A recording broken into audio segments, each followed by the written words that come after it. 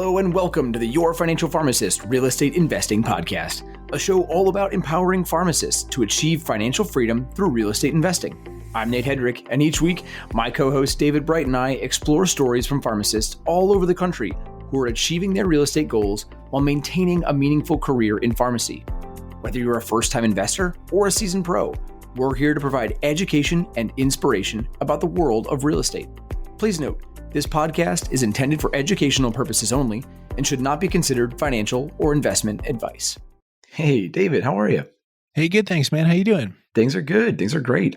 I know we've been talking a couple times here in recent past, and I finally got, for those that have been following along, I finally got the rental assistance to come through on one of the tenants that we have that wasn't able to pay during COVID, and went through a number of issues with the state. So I feel like a $6,000 check coming for all the past due rent, which is pretty fun. So that should be neat.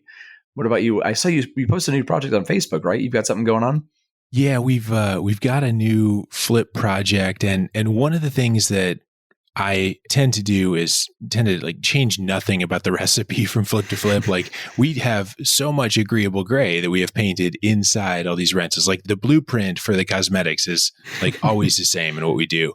But this house is the first one in a long time where we needed to do something about the exterior. It needed to be repainted anyway. And so we're thinking, well, shoot, I can't do agreeable gray on the outside of this house. I need some help in a paint color. So it was fun. I posted something on the YFP Real Estate Investing Facebook group and immediately got some responses that helped to guide that, which was really helpful. So I appreciate those that chimed in on helping me with paint colors. I know my wife was looking at it too. She's like, I kind of like the blue. And I'm like, I think you need to see it in real life. And then you would know like how blue this house is. So. Yeah, it was like a sunglasses kind of blue. It was an intense blue. So yeah. Yeah, I love that idea of just leveraging others and bringing in others' expertise. I mean, we're not going to know everything. And sometimes it just takes that extra outside person to kind of take a look at it and give you that good opinion. So love the Facebook group for that. Definitely make sure you check that out if you haven't already. And so today, actually, again, we're speaking with someone that does just that, right? Leveraging the skills of others. We're talking with Ketan Patel, KP for some. Really interesting individual. KP and I connected, gosh, it was over a year ago now, the first time we started chatting. He runs a coaching service. He runs a syndication for real estate investing. He was a pharmacist. No longer works as a pharmacist, but still is a pharmacist, and just all around really, really interesting guy with an amazing, amazing mindset. And so I'm really excited for us to bring his story to the interview today. This one was a bit unique. I know, David, we had to fly without you for this interview, unfortunately, but I still had your questions and your ideas flowing through me as we were talking to him. So it was a overall great interview. I'm definitely bummed I wasn't able to be there. I got a chance to listen to the recording, I know, as it's going through the editing process and getting ready for posting. So I got a chance to listen to the interview, and there's so much in it that's good. I know that we've talked here and there throughout different podcasts on mindset. He talks just a lot about the mindset and things there. And one of the other pieces that he gets into is syndications, which I think is one more way for passive real estate investment that's not talked about as much, but I think could be a good option for some pharmacists. Yeah, we talk about what makes an accredited investor. We talk about how a syndication works, how you could be a limited partner or a general partner. We look through things like, again, like you said, passive investments and what that looks like, and how you can get into more active investments like we've been talking about on other past shows. So overall, some new concepts, and then touching on some of the old, which is great.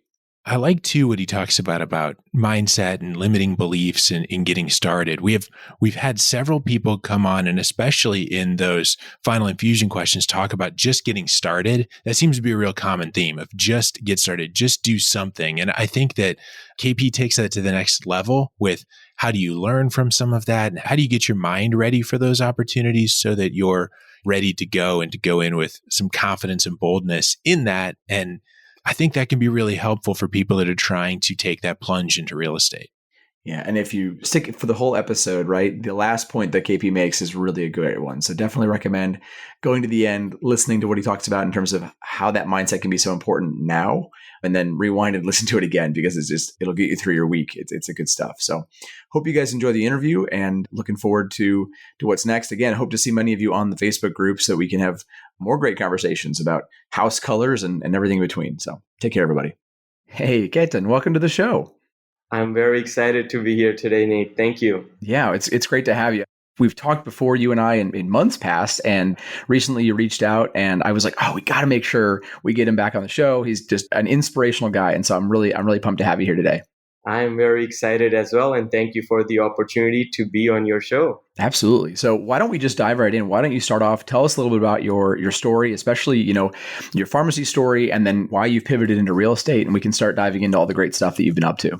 Yeah, so real quick, originally I'm an immigrant from India. I came here when I was 19, not really speaking English. And at that time, I wanted to pursue pharmacy. So went to pharmacy school, graduated, I'm working retail, and it was okay. But a part of me wasn't thrilled because at heart, I'm just an entrepreneur. And my values of, freedom and creativity and taking risk and innovation wasn't really the good fit for a staff pharmacist role. So I realized, do I really want to do this? Yes, I'm comfortable, right? You have those handcuffs, golden handcuffs, so to speak. I'm comfortable, everything's panned out, but I'm not really truly feeling alive. And I need to figure out an exit strategy, so to speak. And I know some of our audience can resonate with that, right? A lot of people out there are loving their pharmacy career, looking to supplement with real estate, but there are others who might be sitting there thinking, look, I'm in this and it's not the only thing I want to be doing, or it's not the thing I want to be doing for 20 more years. And so how can I plan ahead for that? And so that's great. And so you started to shift into real estate. What did that look like? Did you have background in real estate? What made you go that direction? I realized that with real estate, you have a lot of flexibility, right? You could do a flip, you could partner with someone, invest passively, you could buy a small rental. You don't have to quit your job day one, versus some of the businesses, they are more resource intensive. So I like that aspect of real estate investing. And I had no background in real estate, but I just went to Barnes and Noble and I'm like, everything that's on real estate investing, let me just start reading it. And I'm sure I'll learn something and I'll get an idea on what I need to do next. That's incredible. I mean, to come over again at 19, very limited English, to dive into pharmacy school alone is an accomplishment. And then to say, you know what, I can do something else too. And just that serial entrepreneur, I can sense that in you. I think that's really awesome. So then you started off in real estate investing. Talk to us a little bit about that first deal. Like, what did that look like? That's a funny story and a great question. The first deal was a $106,000 deal. I only needed $25,000, which is not a huge amount. But at that time, I had no money. So I convinced two other pharmacist friends to go in with me at $8,000 apiece. So now I have to come up with $8,000, which was still a challenge. So I opened a 401k and I started working a little more. And all that money I put in 401k, my employer was doing a match and I was able to take a loan out against it. And that's how I got that first $8,000 to buy that property. That's awesome. And there are some people sitting here probably like driving in their cars or sitting in their office like cringing, like, you took such a big risk on yourself, but like you felt comfortable doing that. I mean, talk to us a little bit about that. That was something that you were okay with. Yeah. So after that, I realized, and I've taken so many more risks. The biggest risk actually is not taking the risk, because we feel fearful. What if I lose the money in this deal? What if this plan doesn't work out, et cetera, et cetera? But in reality, there is no such thing as a loss. There's always a gain. So even if you lose money, you learn that this strategy didn't work, or you learn something about yourself that, oh, okay, next time I need to have better partners, or next time I need to be good with numbers. And then what happens? It's an evolution of your experience and understanding, and eventually you'll make it right. But if you never start and don't have that courage, you have that courage in yourself to take the first two steps, then we are stuck. We are same where we were 2 years, 4 years ago. That's a super important point, because I think you're right. A lot of people look at it like, wow, if I do this, this is it. I'm either going to succeed or I'm going to fail and my life is over. And it's not that extreme, right? There's a happy medium, especially if you're a new pharmacist or early in your career. You have years and years and years to make up that difference. And so jumping in with that mindset of this is not pass or fail, this is learn no matter what. And hopefully it goes well. And if not, we'll learn from that too. And mindset is something we've touched on in the show, right? But we've not really dug deeply on it. And so I think that's something I want to make sure we focus on today. So talk to me a little bit about what makes mindset so important for becoming a successful real estate investor. Yeah, absolutely. So whether it's real estate investing, and when I quit my pharmacy job, I was actually running a senior care business, which I knew nothing about, which has nothing to do with real estate. But I came to realize that it doesn't really matter what business you do and what your strategy is. At the end of the day, the thoughts, the beliefs, the emotions you have, they determine so much about your success and things like that. Instead of just focusing on the knowledge, the technical aspects, they are important, but they are not as important. So, for example, let's just say you just have a fear deep down of failure. Now, with that fear of failure, you could have the best investing opportunities. You have read all the books, you have done all the research, you're not going to pull that trigger and you're not going to move forward. Or you just have some kind of limiting belief that, hey, I've spent all this money on this education. Should I be really leaving this field earlier? What if it doesn't work out? So mindset, which is, clarity, fears, limiting beliefs, your thoughts, emotions, all these things really, really like shape you, give you the motivation or take away the motivation to actually take action and make change in your business and life. Yeah, something you said I think is so important there is that I've spent this money investing it in pharmacy. It feels like now I'm stuck. I have to do it, right? And I've talked to other pharmacists who they get into the field and they love certain aspects of it, but it may not be the right fit for them any longer, or it might not be the thing they want to do 50 hours out of the week. And so do you talk to others like that who, and maybe not just pharmacists, right? Like physicians as well, or other medical professionals where they get into it and they feel stuck because those loans are there, because they spend all the time and the effort. I mean, is that common for you? Yes, I have a lot of my investor clients that are doctors and pharmacists. So it's very common that a bunch of things, some of them are very, very happy with their career. They just want to like learn, hey, I don't want to depend on 401k. Some folks, they have outgrown their position, right? Maybe they were passionate at some point about pharmacy or medicine, but now they have changed as a person and they want to do something else. And the term for that is called sunk cost fallacy or something like that, right? Where I feel like, oh, and I felt that too. I'm like, I have loans in six figures, student loans, and I'm leaving pharmacy in like 3 years or 4 years. But I realize that's just a limited thinking. Again, it's a limited belief trying to take control over you. Yeah, that's awesome. So what are some of those roadblocks that you run into? Like I can think of some of my own and we can get there in a second, but like what are some of the typical roadblocks that you run into with a client that either as a coaching client or an investor that you work with that you have to help them get over? One big thing is the fear, right? So for example, let's talk about real quick. If I had not bought that $106,000 house, I wouldn't have created a multi-million-dollar rental portfolio. I wouldn't have jumped into replacing with passive income and bunch of other things, right? So I tell the investors the same thing. Your first or second investment, it's not necessarily about making all the money. Whether you make 5% or 50, it's not as relevant. The important part is you actually experience something and knowing that there's a possibility there, because after that, you're going to start see more opportunities investment with your friends or in your email, and slowly you'll be drawn to there. And some of my investors started buying their own flips. Some of them started investing in other business and other transactions, not with me. But the point is, the very initial roadblock, if you haven't invested, or if you are going extremely slow, it's just that fear. If it's just hard to quantify, but it's just a feeling of, I don't know what to do. What if this doesn't work? What if market goes in? And you know what? You do your research and knowledge and being cautious. Yes, those are important things, but it's easy for us as pharmacists to be analytical, right? We Yep. are analytical. So we go into little analysis paralysis, so to speak. And that was my problem when I first started out, right? It was easy to read and read and read. And there was always one more book, one more podcast to listen to. And I was kind of waiting for that moment where I felt like, okay, now I'm a real estate investor. Now I can go buy a house. And that was never going to happen. What would you say to somebody like that who maybe in my shoes from years ago before buying that first property, who is having that feeling of like, I just need to do more reading before I can feel comfortable? Yeah, and I went through that as well. I've looked at dozens and dozens of flips, and I wasn't able to pull the trigger in my early days, right? And like you mentioned, I'm reading more books, and at a certain point, you just have to develop that discernment in yourself that why am I not moving forward? Asking yourself this question, why am I not moving forward and being genuine with yourself? Is it because I truly lack some information, or I don't understand the concept, or I'm fearful? And a lot of times we don't want to admit that to ourselves. It's like, I don't want to. And I said to myself, you know what? I have done a lot of research. I've read a lot of books. I've talked to a lot of agents.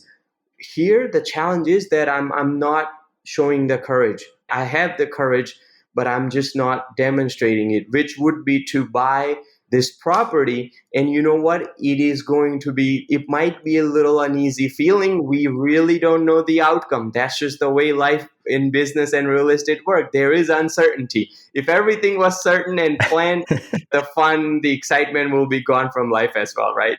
It's a great point. And it's something that I think talking with other individuals who have done this can really help with. I know for me, talking to other investors, talking to people that have made that plunge, talking to people like yourself, that really helped me make that first move, because then that fear doesn't feel so crippling when you've seen somebody else that's done it. And they don't have anything different than I have in terms of the education and resources and access. They just had the spunk to go actually and do it, which is really important. So one of the other things that I love, one of the core tenets of your coaching service is that you really want to limit that fear and belief. And I think one of the things that we often see people say is like, well, I don't know what the heck I'm doing. I can't do this. I've never done it, so I can't do it. Was there a deal besides that first one? Were there other deals, or maybe even when like you bought your business, right? You didn't know what to do. How did you overcome that? How did you set your mindset to kind of embrace that? Yeah, so that was a very challenging time because, at that time I was thinking about doing an MBA, and I realized, why go to school again? Let me buy a business I know nothing about. That'll be my MBA if I turn that business around. And also, if I wait to keep buying rental properties to replace my pharmacist income, it'll take me another 5 years, which I don't have. I don't want to do this. So the accelerated pace was the senior care opportunity, right? And it helped. It all worked out eventually, right? On one hand, we always have that possibility or that option, but we also have the limitation. For example, hey, I have all these student loans. I didn't even had money to actually buy that business on top of all this. But I realized the important question is, am I going after what I want and the possibilities and growth and future, or I'm just more rehearsing from the past? Something didn't work out, or I'm just a pharmacist. I don't know much about business, or whatever that story that we are telling ourselves, right? So I would say, to answer your question, is the awareness, developing that awareness, because everyone's different. For someone, it's just fear. For someone, hey, I'm ready to move on with my life, but I just don't have the strategy. Like, what do I really do? Yeah, that imposter syndrome is real, right? Where you're like, I'm just a pharmacist. That's the only thing I can do. And I'm barely that. Like, I'm not a good pharmacist. I'm not a good whatever. You can always look at other people who have done it and think, well, I'm never going to be like that person. I'm just me. I can't do that big thing. And again, like you said, if you can identify that and start to work past that, that's when you're going to find that success. 100%. Yes. I'm curious too, like, where did that business opportunity come from? The potential to buy that. Was that, again, a friend, a network? Like, did you go out and look for that? I'm curious about that. Yeah, so, I had that clarity that, okay, I want to leave pharmacy. Real estate is great. I'm developing on the side. What do I do? Let me buy a business with certain amount of numbers that makes sense for me. So I had that clarity, and it needs to be somewhere in healthcare related domain, needs to be somewhere in my state. So with those guiding principles, it became easy. And I started, talking to brokers and doing Google search and going on business listings and whatever. And that's where I found this listing, which was, in the area I was residing. And then I started doing more research and going into it. That's awesome. So it's not like, again, I think some people assume, oh, well, he just got lucky, right? Like the perfect opportunity just fell into his lap. It's like, no, you actually stepped back and you started looking at, well, what do I want to do with this? What are my goals? Having that, writing it down, really starting to feel those things out, and then going out and trying to achieve that. And it wasn't perfect process. It wasn't like you immediately know who to go to buy a business. You didn't have to. It just came down to, these are my goals. I'm going to go out and find that. Yeah, absolutely. And to that point, we have the illusion that once we are confident, we could take the action, but it actually works reverse. You take the action, then you become confident. Like, confidence is a byproduct of taking action and not the other way around. I love that. That's awesome. I think like you just gave me a flashback to when my first daughter was born, and I had no idea what I was doing, like to be a dad. But once I was like in the middle of it, I didn't have the option. I had to take action, and then I became more confident at it. So that's kind of a perfect example of that. That's awesome. So then you bought the business, that's been rolling. You did the real estate, and so now you run both a coaching service as well as a capital generating business, right? For investors syndication. Can you talk to us a little bit about that? Yeah, so originally when I grew my rental portfolio and all that, and I realized that when we are happy in a way when we are growing, right? It's not about getting to a certain point. It's about increasing our understanding of ourselves and our business and the world. So for me, that rental portfolio, I realized the time energy I'm putting to buy 3-unit, 5-unit building is very limited. And I had friends and family started reaching out to, they started investing with me, but there's only so much I could do. So I realized the next step was syndication, getting into bigger building. So first I could scale things, and second, I could help more people as well. And then also I realized through trial and error that I am not necessarily the active landlord. If you give me a hammer, I might break things instead of fixing it. I just don't have that skill set, right? And it doesn't excite me necessarily to really but I get excited about educating people and analyzing deals and numbers and markets. So I'm like, let me start pivoting my strategy. I didn't knew about all this when I was starting, but this is the beauty. When you take an action, you get some feedback, and you use that feedback to increase your clarity.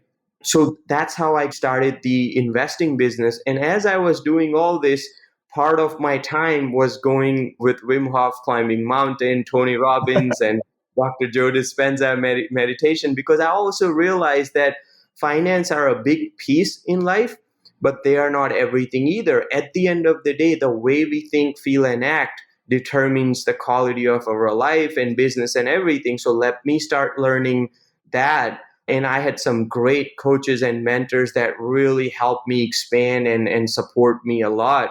And then from all that, I started diving into the high performance coaching. And my goal is just whatever's really you're curious about, let that curiosity let you lead. It might not logically make sense, but just keep going in that direction. And that's what I have been doing. I love it. Two things I want to come back to, because I think you said a lot of awesome stuff. So syndication, maybe for our audience, like define what that looks like. Like, what is a syndication deal? How does that work? Yeah, so syndication is basically we have general partners and limited partners. Limited partners are basically investors. They are writing the check.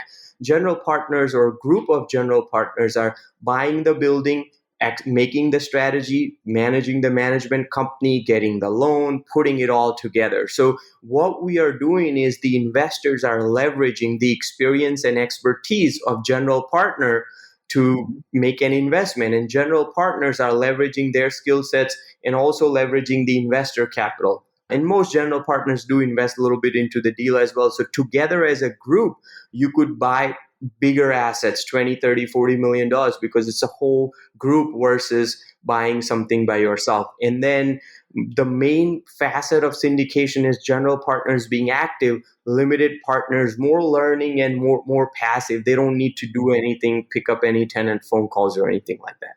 So if I'm a pharmacist and I have, again, let's do as an extreme example, I have $100,000 to invest. I find someone like yourself, someone who's going to be a general partner that wants to go out and buy a 500-unit apartment complex. I would give you my $100,000. What do I get for that, basically?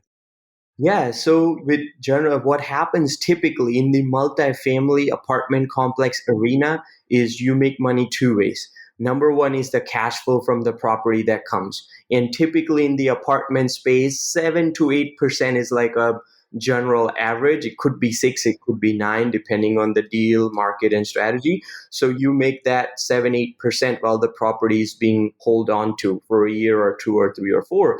But in value add strategy, what we are doing is we are changing the income of the property.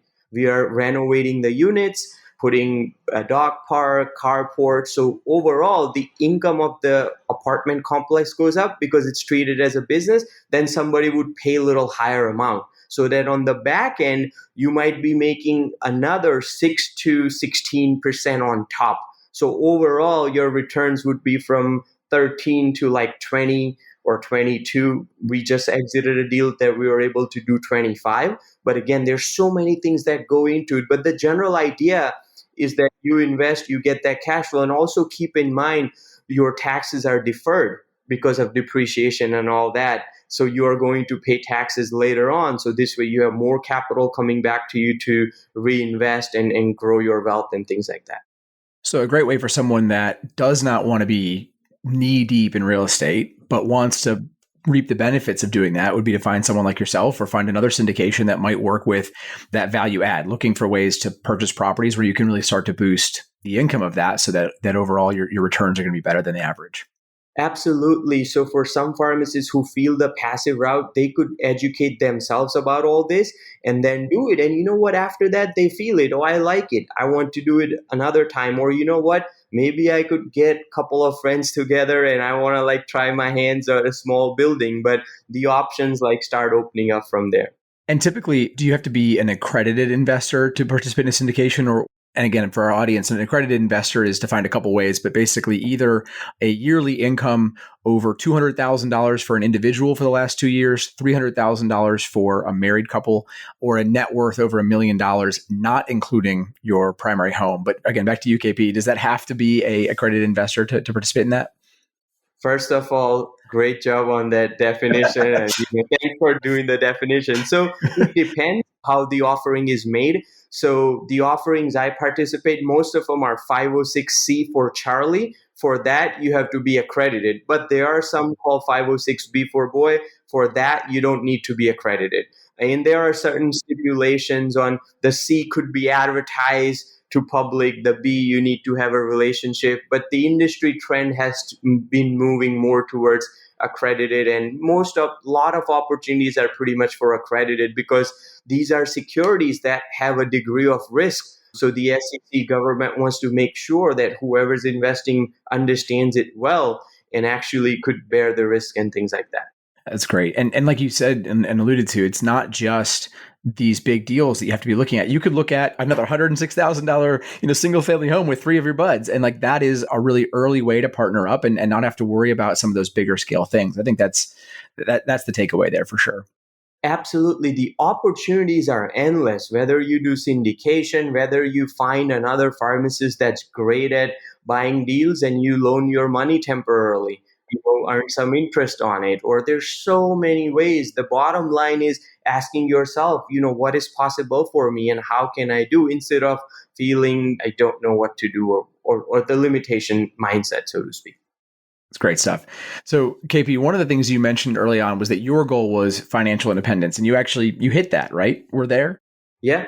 I am blessed and grateful that I don't have to necessarily raise capital or do coaching if I don't feel like it. So I love this freedom aspect. So that way, I could just pick and choose projects and things I want to spend my time on. That's incredible. So what's next for you then, right? I think a lot of people talk about, I want to get to that FI number. I got to get to this FI feeling, but what's next for you then? Yeah. So I realized that the more you get into all these things, the more you change as a person. And then my matrix, rather than being number focused, is more on a week goes by. Did I feel excited, passionate, grateful, connection, love, happiness? If not, does it really matter how much money I'm making or not? So like changing the criteria of how I'm measuring my life and things like that. So for me, I'm just making frameworks around these mindset concepts. And the goal is to eventually, the next step would be to come up with a video course or writing material so I could support more people, because there's only so many people I could coach one-on-one, but it gives me a great opportunity to develop these concepts and put it together. So that's something I'm working towards a little more, and also just more traveling and all that. So I love that. And I think that's something that, especially over the last year, right, with everything going on in the pandemic, for me, I'll take a personal note, right? Like it has become more evident that just going out and trying to get these numbers to work and making the most money that you can at this thing, like even if you've not reached that FI number yet, right, there's always room for us to step back and say, well, is there more ways to feel grateful, to feel happy, to feel, content with what I'm doing and not worrying about the numbers all the time. So I think it's really important feedback, and something that whenever I talk to you, I feel like I get that passion back for that. That's really cool. Because there's a trap that most people are not aware of, is what happens is your mind is so good at this. The moment you think that, hypothetically, I'm a pharmacist. If I have $50,000 coming without lifting a finger in passive income, I'm going to be set. I guarantee you, you're going to get there. And sooner or later, in a week or a month or 3 months, you would forget that and your mind immediately goes, yeah, well, but 50,000, that doesn't mean much. Now you want 200, and nothing wrong with wanting more and desiring and passionate, right? I have a very subtle point. But then what happens is we get dragged into that cycle instead of just being aware that, okay, I want to do all that, but at the same time, not postpone happiness and joy and everything for future. I got to start living it now, regardless if I have that or not. Super important. That's such a great message. I hope everybody goes back and listens to that again, because if you take nothing else away from this interview, that alone is my favorite point so far. So great stuff. Well, KP, I want to jump over to our final infusion questions. These are 3 questions we ask every guest on the show. Get your take. The first one is, what's one tangible strategy that someone can use to make sure that investing works hand in hand with their career as a pharmacist? Yeah, I would say investing with their career, the best thing would be just taking that 1 hour a week away from everything, from their job, family, shutting the phone, and really, really going deep and asking yourself, right, what do I really need to do? Where am I failing? What do I need to change? That self-reflection, deepening the awareness, because otherwise you could make the investment, you're making return, you'll be back to square one, the busyness of life. So kind of extracting yourself out of it. And that's something I did for years and years, and it works like magic. And all you need is 1 hour. Ask yourself these serious questions. What am I really focusing my energy on? What do I need to do to make that investment? Do I need to find someone? Do I need to learn a concept? And asking better questions will give you better answers. And week by week by week, you'll make that progress. And you know what? It's okay if it takes a year, but at least you'll be making progress. I love that. It's so easy to get lost in just getting the next thing done, and being able to step back and reflect on, okay, well, what's the overarching goal? What do I need to be aware of? That's great advice. Awesome. So then question number 2 is, what's one resource that has been most helpful to you in your real estate journey, whether that's a book, a podcast, a person, an author?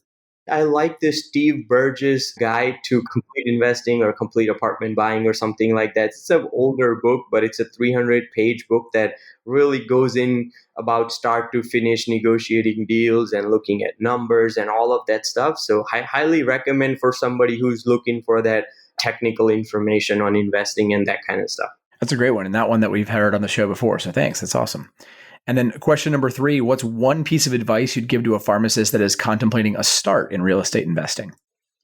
I would just say, do it. And I would say you might not be even aware of, I feel like pharmacists, right? This, the schooling, there's so much, but I feel like we don't give ourselves credit of what's really possible for us. And maybe that's buying the property, maybe that's running a business, whatever it is. But I would just say, focus more on your possibility and start getting involved in however way you can.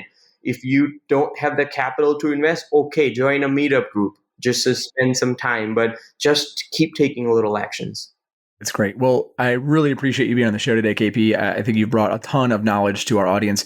Before I let you go, where can people find you if they want to reach out? Yeah, sure. So you could go to my website, Ketan Patel. That's KetanPatel.com.